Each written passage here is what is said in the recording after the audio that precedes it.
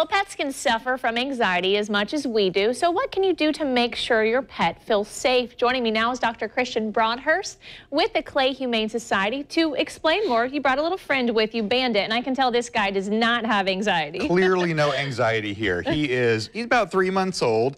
He is just all energy all the time, and he really likes to chew on his leash. We'll be lucky if he doesn't chew through it on the air.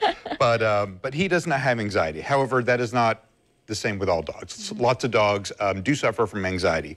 And there are several different kinds of anxiety we see in dogs. The most common one is separation anxiety, of course. So people leave the house, their dogs panic, sometimes they destroy things, destroy blinds, destroy door jams. That is by far the most common sign that this is just too much. The most common sign that your dog is suffering from separation anxiety. Okay, and I'm sure other types of anxiety as well. I know, for instance, my dog, thunderstorms. We have them in Florida all the time.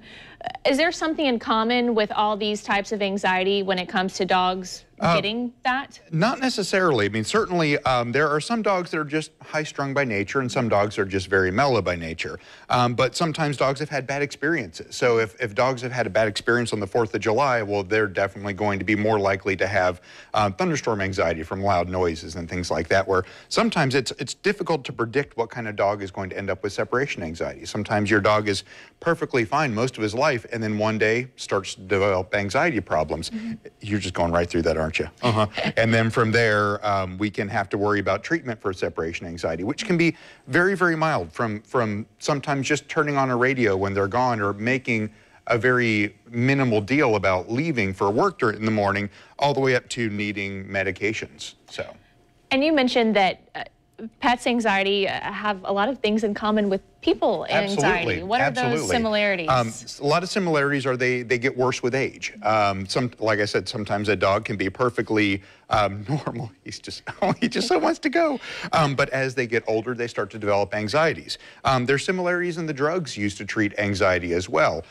Sometimes drugs similar to alprazolam are used to treat storm anxieties, and drugs similar to Prozac are used to treat more long-term chronic separation anxieties. Are there things that a pet owner can do at home with their pet to maybe help them not be as anxious when they leave the house? Absolutely. One of the biggest things is dogs are creatures of habit, as are humans for that matter.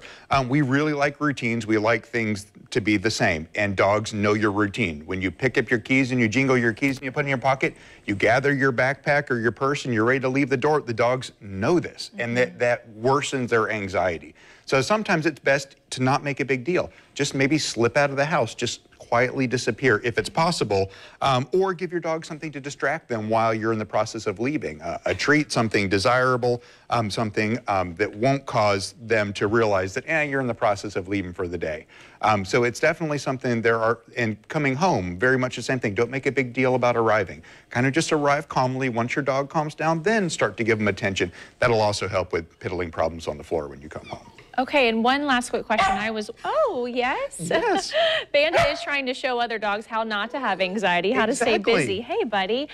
Now, if a pet owner has anxiety, can their dog sense that, and could that possibly make their pet more anxious? They can, but on the flip side of that, dogs